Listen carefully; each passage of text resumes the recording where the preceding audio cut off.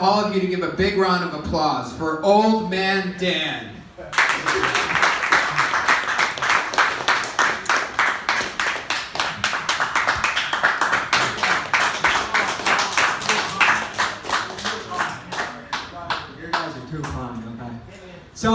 So it's tough being a rock star nowadays, you know? There's all the celebrity deaths, huh? People used to wait for a rock star to drop their next album. Now everyone's waiting for them to drop dead. You know? Like that band, the Cranberries. Ever hear of them, the Cranberries? You know? She dropped dead, you know? But you guys think she's gonna come back as a zombie? No?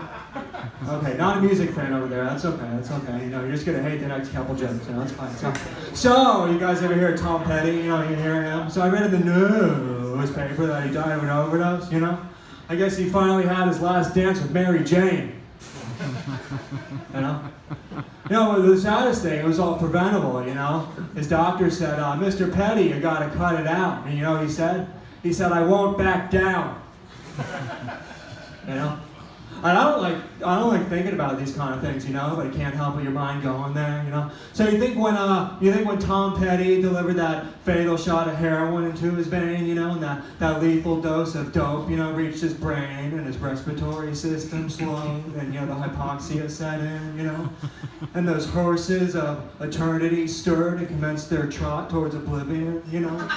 You know, pulling the carriage of the familiarity into the unknown, you know? You think when that happened, you know, he just peacefully slumped into his chair, you know? Or do you think he was free falling? You know? Oh, okay. Who do you think's the next to go, huh? What do you think it is? You think it's Bon Jovi? Huh? You ever hear him? He's in that band, Bon Jovi, you know? Do you think maybe if he got sick and went into a coma, the doctors would say the only thing keeping him alive is a prayer? You know? He's living on a prayer, you know.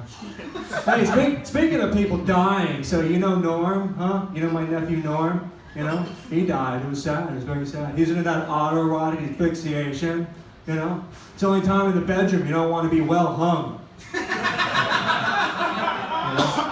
Hey, speaking of sex, so they say you should find a sex partner, you know, that has the same things in common and, you know, the same disinterests as you, you know.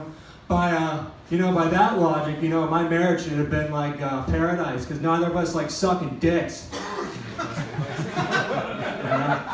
Because I'm not a homosexual and she's a fucking bitch.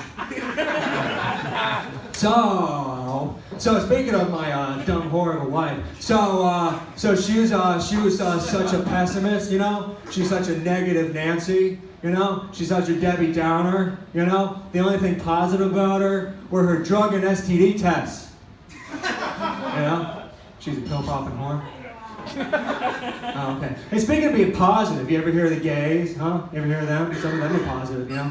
Some people don't like them, though, you know. Some people don't like the G, the L's, and the B's, and the T's, you know. I like them, though. I like all of them, especially the BLT part. You know? BLTs are delicious. What's the matter with you, huh? Well, you don't like hearing about the gays, huh? What are you, a homophobe? Huh? What do you do besides, you know, drink alcohol on a school night? What do? You go to funerals and call them all fags? You think that's a good idea? Huh? The old sign saying they're all going to burn in hell? That's what you're into? Huh? That's the kind of person you are? Oh, okay. That's fine. Yeah. That's okay. So I forgot what I was going to say. Oh, okay. Oh, Jesus Christ. You know, I'm having a brain fart. Hey, speaking of farts, what's that smell, huh? Anyone smell that? Is that just the crowd that stinks? Apparently so. You know? They're talking about the gays, talking about sex, talking about BLTs. Oh yeah, so we got the BLTs. So you guys, you know, remember my wife, huh? Remember that fat whore, my wife? Yeah. So she's so fat, she didn't just sit around the house, you know? She sat around the house eating a bunch of hamburgers. You know? She's so fat. Oh, okay, you guys don't like hearing about that. That's fine, yeah, that's fine, you know. Hey, speaking of me, so my friend Kenny, you guys know him, you know? So he's vegetarian, you know, but for the first time in a year, you know, he went to a Korean barbecue, you know, and the meat was so sinewy it fell apart in his mouth, you know. You know what fell apart quicker than that? His relationship with his vegetarian girlfriend. You know, because he just did it for the pussy. You know, it's like you can't quit stuff for other people, you know. It's like if a guy has a wife, you know, and she says she's gonna quit drinking, you know, and then he finds her with a bottle of gin. She's like, "Oh, I'm so sorry," you know. Yeah, you're sorry. Okay. Hey, speaking of being sorry, so I gotta apologize to you guys. You know, last time I was here, I told a tasteless joke. You know, it wasn't a tasty joke like that BLT. You know, it was a tasteless joke. I told a joke about this guy. I don't know if you heard of him, named Hitler. You know, and like many of you, at first I was on the fence about Hitler, but now I'm just gonna go ahead and say I don't like him. You know? In fact, you know, if I had a time machine, I'd go back in time and I'd kill Hitler. All right, what's up with you, huh? You had it right. What, you don't like the idea of killing Hitler, huh? You want the Third Reich to reign for 1,000 years? Is that what you're into, huh? It's a sad day when you wake up and the smokestacks of Dachau aren't billowing out human remains, huh? You're into that kind of thing?